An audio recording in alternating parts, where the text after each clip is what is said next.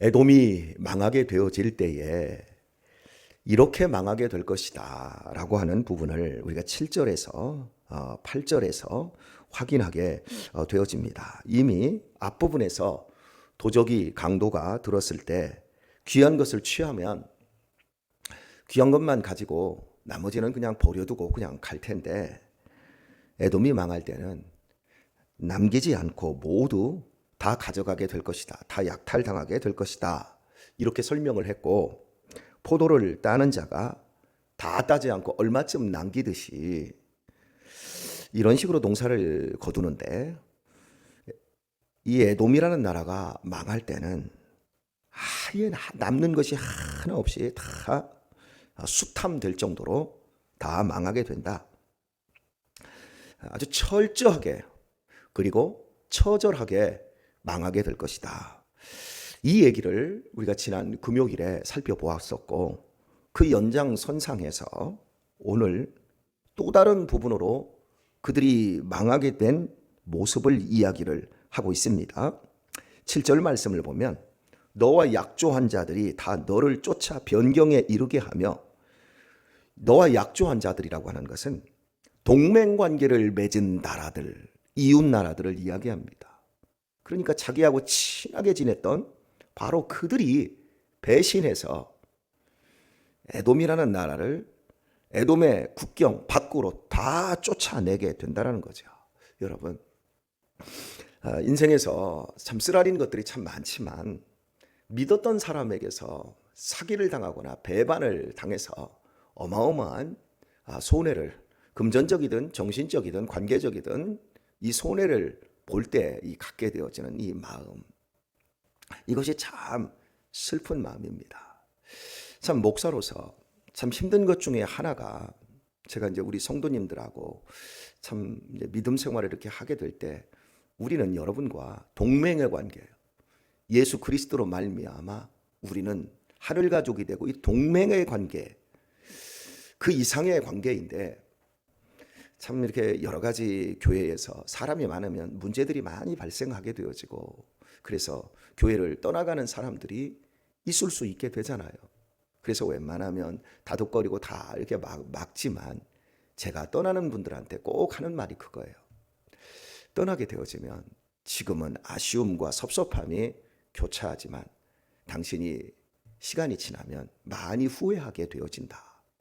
그리고 지금은 섭섭한 마음이 그저 섭섭한데 당신이 떠나가게 되면 그때는 괘씸하게 되어진다. 이게 사람의 마음에서 만들어지는 원리다. 괘씸하게 된다. 그리고 당신은 원망과 분노가 더 커진다. 제가 이런 얘기를 해드려요. 근데 몰라요. 아직은 경험을 못했으니까. 후회하게 된다는 것도 모르고 마음속에 원망과 원한처럼 마음에 착하고 눌러붙는다는 것도 사실은 몰라요.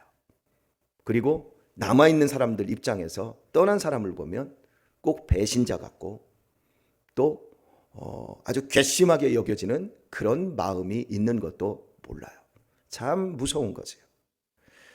이 망할 때 에돔이 갖게 되어지는 그 마음, 너와 약조한 자들이 다 너를 쫓아 변경에 이르게 하며, 이럴 수는 없습니다. 이런 처절함까지 이제 느낄 수 있도록 에돔이 망하게 된다라고 이야기합니다. 그리고 계속해서 나가는 말씀이 너와 화목하던 자들이 너를 속인다 그래요. 이 비참한 거죠. 나와 화목한 관계가 있는데 나를 속여먹은 거예요. 다 사기친 거예요. 그리고요, 네 식물을 먹는 자들이 네 아래 함정을 베푸니 말해요. 여기서 식물을 먹는다라고 하는 건 같이 밥을 먹는다라는 거예요. 자, 여러분, 장세기에 보게 되면 우리가 지지난주에 계속해서 장세기를 읽었는데, 거기에 보면 이삭이 그랄 왕 아비멜렉과 동맹의 관계를 맺는 걸 봐요. 100배 나왔고 이삭이 강해지니까 아비멜렉이 당신과 이제 우리가 동맹의 관계를 맺자. 그래서 서로 해하지 말자. 이런 동맹의 관계를 맺고 서로 화평케 되어진 다음에 같이 밥을 먹는 장면이 나와요. 식물을 먹는다는 건 밥을 먹는다는 얘기예요. 이게 동맹의 관계를 맺으면 마지막에 만찬을 통해서 서로 우리는 한 밥상 공동체입니다. 이제 이걸 서로 확인을 해주는 거예요. 이만큼 가까워졌다는 거예요. 여러분, 가깝지 않으면 밥 먹는 게 힘들어요.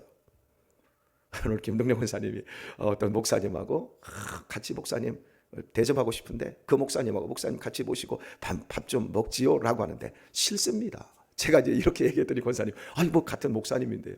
같은 목사님이라도 알지 못하는데 불편한 거지요. 그러니까 밥을 먹는다라고 하는 건 당신과 내가 이제는 한 밥상 공동체로 운명이 함께합니다. 여러분, 밥을 우리 식구들이 함께 밥을 먹어요. 만약에 내 식구가 안 돌아왔으면 밥 한 그릇이라도 남겨서 두잖아요. 그죠? 이건 내가 이제 당신을 걱정하고 있습니다. 당신의 생명은 나와 함께 공동체입니다. 이게 밥상 공동체의 핵심이에요. 우리가 내 가족을 얘기할 때 우리 식구입니다 그래요. 그죠? 우리 식구입니다. 여기 이 식구라고 하는 이 말은요, 내 형제입니다, 내 부모님입니다, 내 자식입니다, 이거보다 더 큰 의미예요. 식구라는 건 먹을 식자의 입구자거든요. 먹는 구멍이 똑같습니다. 그 뜻이에요. 식구는. 아시겠지요? 이게 교회 공동체, 교회가 예수 그리스도를 함께 먹어요. 우리가 다른 걸 먹는 게 아니라 예수 그리스도를 먹어요. 내 살이다, 내 피다. 너희는 내 살과 내 피로 말미암아 한 구멍에 들어있다. 천국이라고는 한 구멍으로 들어갈 것이다. 이런 의미예요. 그런데 이 구멍이, 식구라는 구멍 밑에 함정을 파고 있어요. 누가? 내가 믿었던 당신이, 내가 믿었던 목사님이, 내가 믿었던 권사님이, 내가 믿었던 장로님이 내 밑에 나를 빠뜨리고 나를 쫓아내고 나를 죽이려고 함정을 파고 있어요. 여러분, 믿음 생활할 때 배반이 없어야 돼요. 믿음 생활할 때 함정 파는 일이 없어야 돼요. 함정을 파고 싶어서 파는 게 아니라 결과가 함정을 파는 경우들이 있어요. 참, 우리의 인생 속에서 식구라고 하는 이 개념, 우리가 밥 먹는 거 얼마나 소중해요. 아마 대한민국에서 밥 먹는 걸 제일 소중하게 여기는 목사는 저 권혁철 목사라고 생각이 되어져요. 사람들이 먹기를 탐하는 자라고 해도 상관없어요. 예수님도 먹기를 탐하는 자라고 그랬어요. 먹는 게 얼마나 소중한데. 친하지 않으면 안 먹습니다. 아무리 좋은 음식도. 성도들이 정말 이렇게 이 목사를 힘들게 하는 분들이 우리 교회는 거의 없지만, 힘들게 하는 사람이 밥 사준다고 하면 밥 먹기 싫은 거예요. 마음이 좋아야 돼요. 그런데 마음이 이게 편한 사람들은, 아, 목사님 밥 한 끼, 된장찌개 사줘도 상관없어요. 갈비탕 먹자고 해도 된장찌개 먹어도 상관없고 그냥 좋아요. 같이 밥 먹으면 히히하고 이렇게 가다가, 권사님 밥 먹읍시다, 밥 한 끼 하세요, 뭐 이렇게 가볍게 이렇게 할 수 있는 이런 관계로 우리가 맞아들일 수 있다면, 아유 목사님 밥 먹으러 오세요. 불편하지 않습니까? 아니, 수저하고 그 젓가락만 하나 더 넣으면 되지요 뭐. 이 정도의 관계로 우리가 이렇게 진행된다라고 하는 건, 이거 정말 엄청난 일이에요.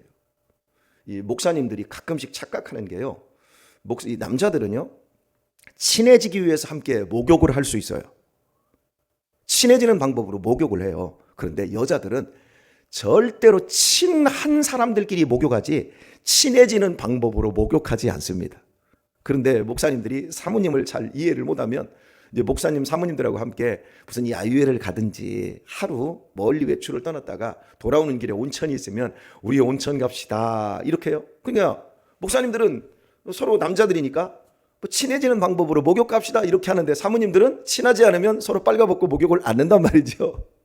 이제 집에 가서 이제 가다 보면 이제 목욕합시다 그러면, 사모님들 중에 늙은 사모님들은 이렇게 한 10명 있다 그러면 늙은 사모님들은 목욕하러 들어가요. 그런데 젊은 사모님들은 차에 계세요. 근데 목사들은 남은 사람이 거의 없어. 다 들어가. 그럼 이제 집에 오면 사모님들이 1시간만 2시간 밖에서 이제 차에서 기다리고 계셨지요. 그럼 집에 가면 무슨 일이 벌어질까요? 목욕 가자고 했던, 또 목욕을 자기 놔두고 들어갔던 목사님들 이제 이렇게 하면 집에 가면 싸우는 거죠. 모르니까 그런 거예요. 내가 화평하고 있고 함께 밥을 먹고 있고 동맹의 관계가 있지만, 우리는 사실은 기술이 부족해요. 왜? 지각이 또 지혜가 이게 다 열려 있지는 않은 거거든요. 에돔이라는 나라가 망할 때 믿는 도끼에 발등을 찍혔다라는 이야기를 하고 있는 거예요. 근데 이 세상에 많은 사람들이 대부분 이렇게 자기 함정에 자기가 빠져요. 인간의 지혜는 만물의 영장이라고 해요. 인간의 지혜는 발톱이나 어깨가 강해서 나오지 않고 이빨이 강해서 나오지 않아요. 만물의 영장된 힘은 지혜에서 나와요. 그래서 포악한 야생 동물, 사자라든지 호랑이 이런 동물들을 뭘로 잡지요? 옛날에 다 함정을 파서 잡았어요. 이 함정을 파면 스스로 들어가는 거예요. 그런데 여러분, 연약한 동물들은요, 함정으로 안 잡아요. 직접 잡아요. 세상에 강한 존재들은요, 모두 함정이라고 하는 건 지발로 기어 들어가는 거야. 망하는 사람들의 특징, 이 세상의 강한 자들의 특징은 자기 꾀에 자기가 넘어가고 자기 그물에 자기가 걸리는 거예요. 누가 넘어뜨리지 않아요. 근데 이 세상에 약한 사람들은 강한 자들에 의해서 속임당하고 억눌리고 압제당해서 힘들어져요. 강한 자들, 권력이 있고 명예가 있고 높은 자들, 그런 사람들은 자기 권력에 취해서 권력이 클수록 자기 함정에 자기가 빠져. 왜? 나는 누구도 나를 넘어뜨릴 자가 없어. 나는 지혜가 있어. 나는 수없이 많은 사람들과 좋은 관계를 가지고 있고 그들이 나를 도와줄 거야. 그런데 막상 그런 사람들이 다 자기에게 함정을 파고 있는 거예요. 다 이런 식으로 무너져요. 그래서 율리우스 시저가 자기가 그리도 믿었던 사람들 가운데 자기를 따랐던 양아들 브루투스가 그 공회당에서 자기에게 칼을 넣었을 때 브루투스 너마저도 다 배반했다는. 그런데 자기의 양아들을 삼고 자기에게 권력을 그에게 물려주려고 하는 그 자식까지, 그러니까 브루투스 너마저도 이게 권력을 가진 자들의 비극이에요. 함정은 결국 자기가 파는 거예요. 권력이 클수록요, 공감 능력이 부족해져요. 공감은요, 다른 사람을 이해하는 능력인데 이건 실험을 통해서도 밝혀졌어요. 권력, 누릴 수 있는 것들이 많은 사람들이 다른 사람들의 처지를 생각을 못해요. 그러니까 다른 사람들과 화평한 관계를 가졌는데 그것들이 모두 다 얼음, 살얼음과 같은 관계라는 걸 이해를 못하는 거예요. 그런데 여러분, 높은 사람이, 권력이 큰 사람이 공감 능력이 높다 그러면요, 거기에는 감동이 있는 거예요. 자꾸 내가 가진 권력을 자꾸 내려놓으려고 해야 돼요. 내가 가지고 있는 권력을 자꾸 높이려고 하고 강화시키려고 하면 그 사람은 결국 속아 넘어가는 거예요. 자기에게 함정이 되어져 버리는 거예요. 그래서 그 노자라고 하는 사람이 한 그 유명한 말 가운데 부드러움은 생명의 친구이지만 딱딱하게 굳어짐은 죽음의 친구다 그래요. 여러분, 사람이 죽어갈 때 보면 굳어져요. 몸이 점점 굳어져요. 그런 것처럼 망하는 사람들의 특징이 목에 힘이 들어가요. 그리고 마음이 점점 굳어져 가지고 공감 능력이 떨어지는 거예요. 저는 여러분들이 서로서로를 잘 공감해 주실 수 있기를 바랍니다. 참, 우리 성도님들이 참 목사에 대한 이게 갖는 그런 마음들 가운데 저를 많이 공감해 주시는 이런 부분들이 있어서 얼마나 좋은지 몰라요. 제가 여러분을 공감해 주면 여러분들도 좋지요? 여러분들 공감해 주면 참 좋고, 이 공감 능력이 사실은 우리에게 함정을 메꾸는 유일한 능력이에요. 예수님은 당신의 권력에 대한 의지를 모두 내려놓으셨어요. 그는 근본 하나님의 본체시나 하나님과 동등됨을 취할 것으로 여기지 아니하시고 오히려 자기를 비어 종의 형체를 가져 사람의 모양으로 나타나셨음에 죽기까지 복종하셨으니, 이렇게 말해요. 여러분, 이것이 우리가 에돔의 비극을 면하는 길입니다. 나 자신을 비우도록 하십시다. 나 자신을 더 내려놓도록 하십시다. 우리 주님을 우리가 먹는 사람으로, 우리가 주님을 쫓아가는 사람으로, 우리가 주님의 식구 한 구멍으로 들어가는 사람입니다. 그 구멍은 주님이 말씀하셨습니다. 좁은 문으로 들어가라 그러잖아요. 그죠? 좁은 문입니다. 좁은 길로 가라 그럽니다. 그 길은 사람들이 많이 찾아요, 안 찾아요? 그 길은 사람들이 찾지 않고 그 길은 협착하고 그 길은 험합니다. 세상 사람들이 다 가는 길 아니에요. 교회 안에서도 여러분 협착한 길입니다. 여러분들처럼 이 새벽에 나와야 되고, 여러분들처럼 목사를 또 다른 사람들을 공감해 줘야 되고, 공감해 주려면 내 자신이 아파야 되고 내 자신을 내려놓아야 돼요. 그 길로만 가세요. 힘들더라도. 그 길을 가야 돼요. 그 문만이, 그 구멍만이 우리를 에돔의 비극, 이 배신의 쓰라림을 당하지 않는 유일한 길입니다. 예수님이 그 길을 보여주셨어요. 크고 화려한 것, 그거 바라보지 마세요. 대단하게 되는 것, 그거 생각하지 마세요. 그냥 성실하게 하루를 사세요. 화려하게 인생을 꼴지으려고 하지 마시고 하루하루 충성스럽게 꼴지어 나갈 수 있기를 축원합니다. 이게 우리들이 인생에 있어서 내 앞에 함정을 파지 않는 길이에요. 속지 마세요. 우리의 길은 좁은 길이에요. 우리의 길은 좁은 문이에요. 그런데 넓고 크고 대단한 것. 우리 교회 안에 마음이 딱딱한 분들 보이지 않아요? 우리 교회 안에 마음이 부드러운 분들 보이지 않아요? 겉도 그렇고 속도 그렇고 따뜻하고 부드러운 사람들, 사람들을 잘 공감해주는 이런 사람들이 있지 않나요? 아이들을 잘 공감해주고 어른들에 대한 그 공감 능력이 뛰어난 분들이 있잖아요. 어른들은 인사만 잘해드려도 어른들이 좋아요. 똑같이 고개만 까딱하는 것이 아니에요. 나 참 우리 교회에 보면 우리 성도님들 가운데 제가 이렇게까지 얘기하는데 고개만 까딱하고, 아니 고개도 까딱하지 않는 분들을 보면 너무너무 제가 마음이 아파요. 아니 왜 그렇게 공감 능력이 부족한 거예요? 어른들은 그렇게 할 게 아니라 고개만 까딱하고 안녕하세요 이 정도가 아니라 어르신 아이고 어떻게 몸은 괜찮으세요? 요즘 많이 힘드시죠? 한마디만 붙여주면 어른들은 너무너무 고마운다니까요. 근데 그걸 안 해요. 까딱하고 말. 목사한테 인사하는 거 봐도 그냥 목사를 이렇게 봐도 이러고 말어. 저한테도 그러니까 여러분 참 그런 분들은 불행한 거예요. 참 그런 분들을 보면 미운 게 아니라 참 불쌍해요. 모르니까 그런 거예요. 애들 역시도 마찬가지예요. 이름만 불러줘도 애들은 굉장히 좋아하거든요. 이름만 불러줘도. 머리 한번 쓰다듬어주면 참 더 좋고. 이렇게 주변을 부드럽게 살필 줄 아는 사람들은 자기 함정에 빠지질 않지요. 오늘의 말씀을 맺도록 하겠습니다. 결국 내 자신이 내 자신의 앞길을 만들어 가요. 함정을 만들어 가는 사람도 있고 시온의 대로를 만들어 가는 사람도 있어요. 그게 뭘로 결정됩니까? 내 마음의 상태. 에돔은 교만했어요. 돈도 많고 구리광산을 가지고 왕의 대로에서 상업의 중심 도시로, 또한 그들의 도시의 위치가 난공불락이었어요. 여기에 뛰어난 인간의 처세술까지 가지고 주변의 나라들과 동맹관계를 맺고 있었어요. 모든 게 좋았어요. 그러다 보니까 누가 나를 끌어내릴 수 있으랴. 우리 앞부분에서 그 마음이 높이 있었어요. 누가 나를 끌어내리랴. 그럴 때 하나님께서 4절에서 내가 거기서 너를 끌어내리라. 나 여호와가 말하였느니라. 하나님이 말씀하면 끝나는 거예요. 교만은 패망의 선봉이고 거만함은 넘어짐의 앞잡이입니다.